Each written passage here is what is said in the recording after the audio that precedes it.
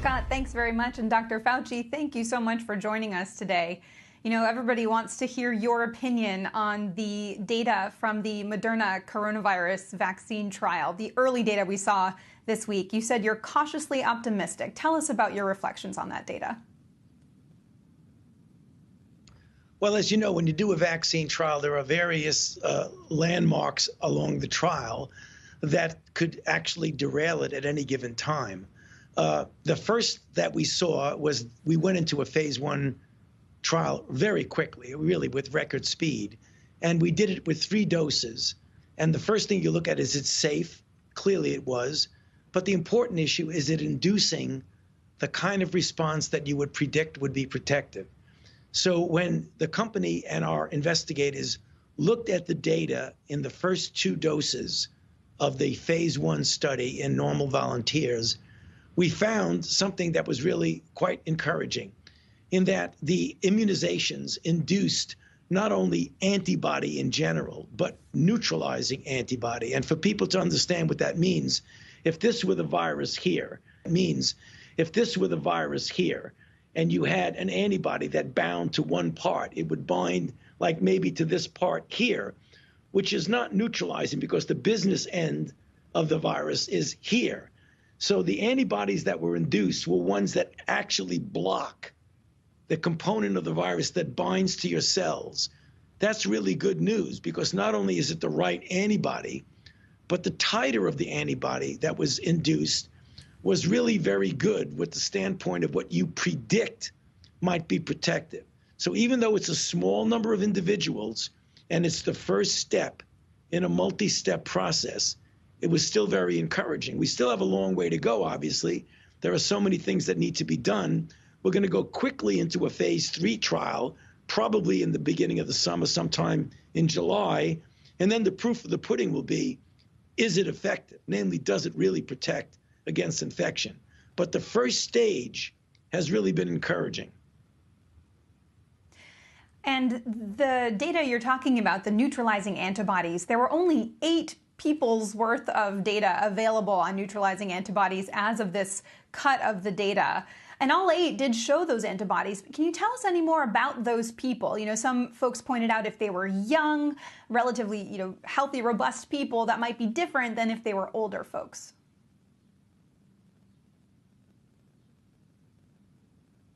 Yeah, I mean, the phase 1 trial has certain constraints in it that you have to get it if you really want to do a phase 1 trial properly with young, relatively, more than relatively, but to all appearances, quite healthy individuals.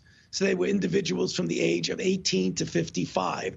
I can't tell you what the age was of the individual people there, but it was within that range of 18 to 55 years old.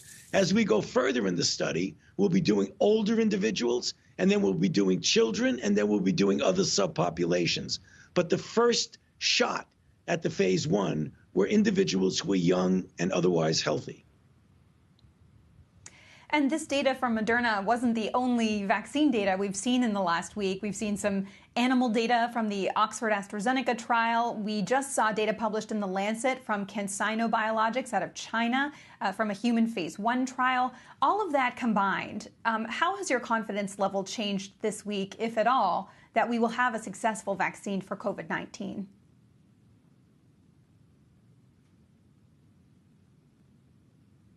Well, whenever you're dealing with vaccines, you've always really got to be conservative about it, because the history of vaccinology is one that is punctuated by as many failures as that there are successes. But we have what I call multiple shots on goal. It isn't just one candidate. The one I mentioned was Moderna, but by no means are they alone. There's the Oxford chimp ad that we spoke about, that you just mentioned. And then there are a number of other companies that are in various stages of development, and they will be going into phase 1 trial in a staggered way sometime as we get into the mid and late summer. That's a good thing.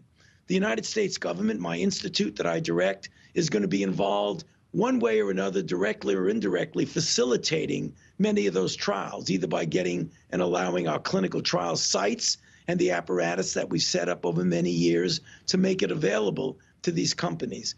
So I'm always cautiously optimistic when I see a number of companies that are really quite good. They have a good track record. You have the backing of the federal government, and the early results look encouraging. Again, I don't want to jump ahead of myself, but those are the kind of things that make me feel cautiously optimistic that within that time frame that I've spoken, that we will have a safe and effective vaccine with no guarantees, because again, you never know if it's going to work or not, but we have some cautious optimism. And these timelines, of course, are faster than pretty much anything we've ever seen in history. So that being said, what threshold are you looking for in terms of how much information is needed on efficacy and on safety for, you're not the regulator, but the regulators will require to approve these vaccines?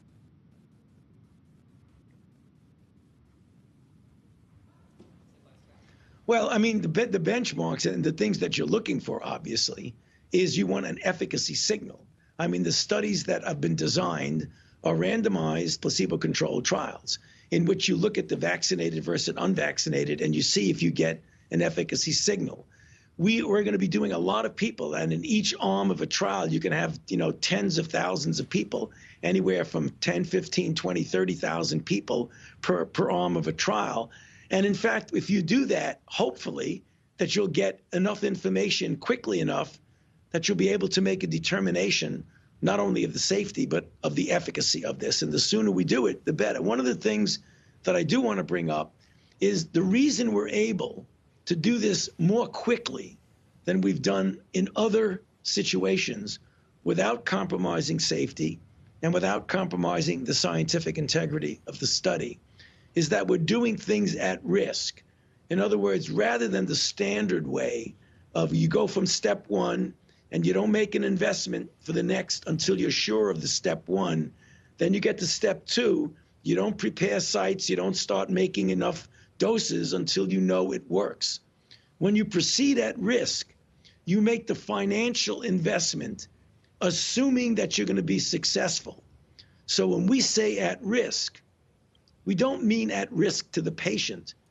We mean at risk to the financial investment, so that it could be that if you're not successful, you made major investment in resources that you may not be able to recover. Whereas if you are successful, those investments that you made in the resources to produce and to prepare sites actually will put you months ahead of where you normally would be. So I want to make sure that the public understands when we talk about that, we're not compromising any safety, nor are we compromising the scientific integrity of the study. Dr. Fauci, it's Scott Wapner. I'd like to welcome you to our program today. It is nice to see you. Is there a likelihood that we could have more than one vaccine ready at the same time? And how would you handle that?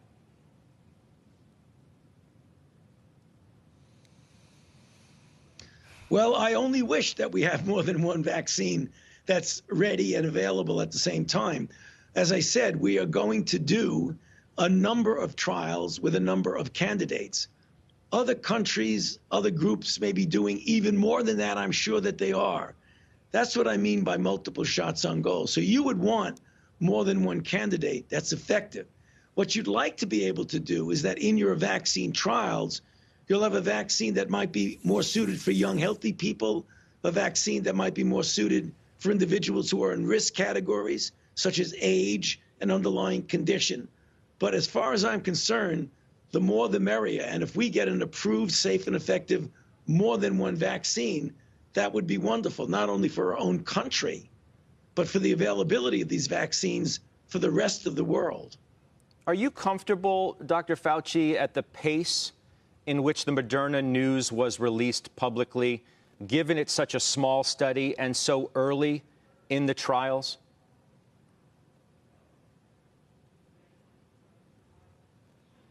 Well, that's what companies do. When they have an interim look at the data, they're enthusiastic about it, so they make it public. The ultimate data, of which people in my institute and group have been involved in the scientific aspects of that, when that data is complete and examined carefully, that will be submitted for a peer-reviewed publication, which everyone can look at. So that I'm very comfortable with, that ultimately, and sooner rather than later, everyone and anyone can take a look at the data and evaluate it. You know, there's a growing debate, Dr. Fauci, in this country about the pace and progress of reopening. And I'd like to read you today a tweet from the former CEO of Goldman Sachs, Lloyd Blankfein, and get your reaction to it if I could. He tweeted a little bit earlier today, quote, "Hospitals are not overwhelmed. Most of us will be exposed anyway since we can't sequester until there's a vaccine, and we know which groups need protection from the worst outcomes. Is the public health benefit from broad lockdowns at this point worth such extreme damage to livelihoods?" There are also people who argue for herd immunity. How do you address what Mr. Blankfein is saying today and what others have said in the past days, that it's just time to open this country up, Dr. Fauci, and protect the most vulnerable?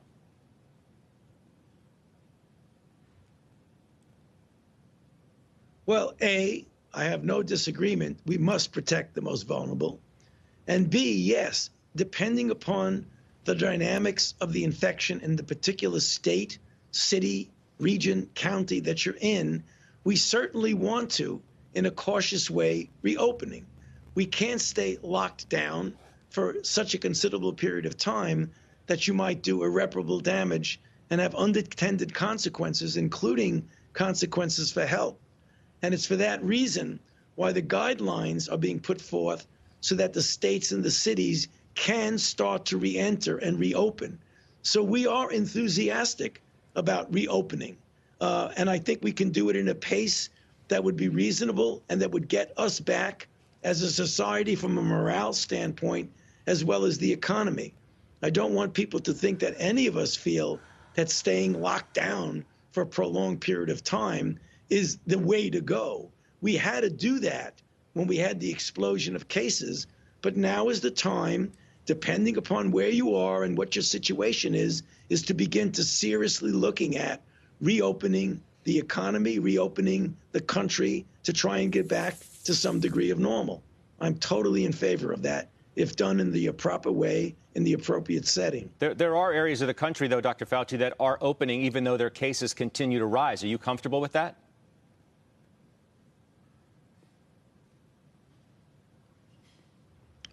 Well, you know, I've been very clear that I have concerns if cases are continuing to go up and you're actually jumping over some of the benchmarks that we put in the recommendations. If states and cities and counties are going to do that, no matter what, I would recommend that they take very significant precautions in doing that. And there are certain things that you can do. The idea about physical separation, about wearing a mask, about not getting involved in crowds, you can still proceed to open so long as you do those fundamental baseline things. But in general, I think most of the country is doing it in a prudent way. There are obviously some situations where people might be jumping over that. I just say, please proceed with caution if you're going to do that. Dr. Fauci, I want to ask your thoughts. We've talked a lot about vaccines, but on therapeutics, there are a lot in the pipeline heading toward clinical trials. What are you most optimistic for when you look at the drug landscape for COVID-19?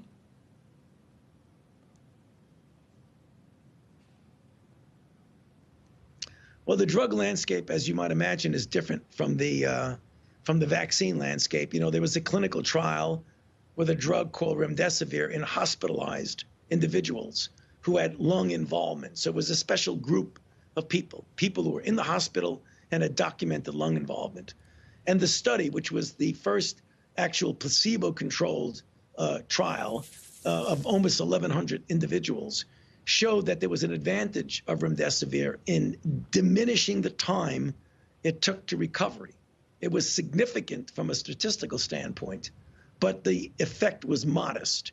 It was about a 31% diminution in the time to recovery. We can build on that. There are a number of drugs, the antivirals, that have been developed for other infections that can be repurposed. The things that we are looking at very carefully is the use of convalescent plasma, namely taking the plasma from an individual who's been infected and recovered and passively transferring that to an individual who is infected, or to prevent infection. There's hyperimmune globulin. There's monoclonal antibodies. There's therapies against parts of the disease that we didn't fully recognize until relatively recently, like the microthrombi, or these little clots that we're seeing in the lungs and in other organ systems. So things like platelet inhibitors or anticoagulants are being considered. Things of dampening down excessive inflammation are being considered. There are many things right now that are in various stages of trial. Hopefully, we'll be able to get one or two or more of these, which will show to be quite effective. And Dr. Fauci, we know that you need to get on with some other things, so I'll just ask you one last question.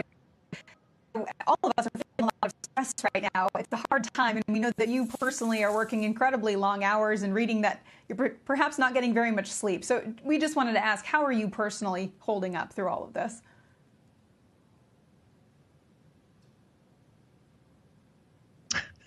Well, thank you for asking. I'm actually doing fine.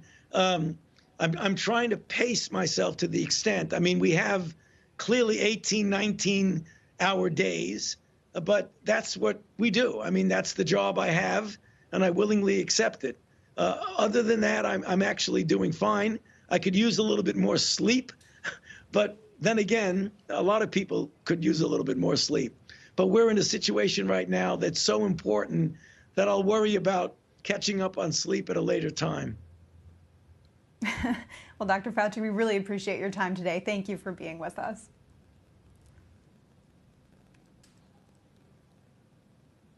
It's good to be with you. Thank you for having me.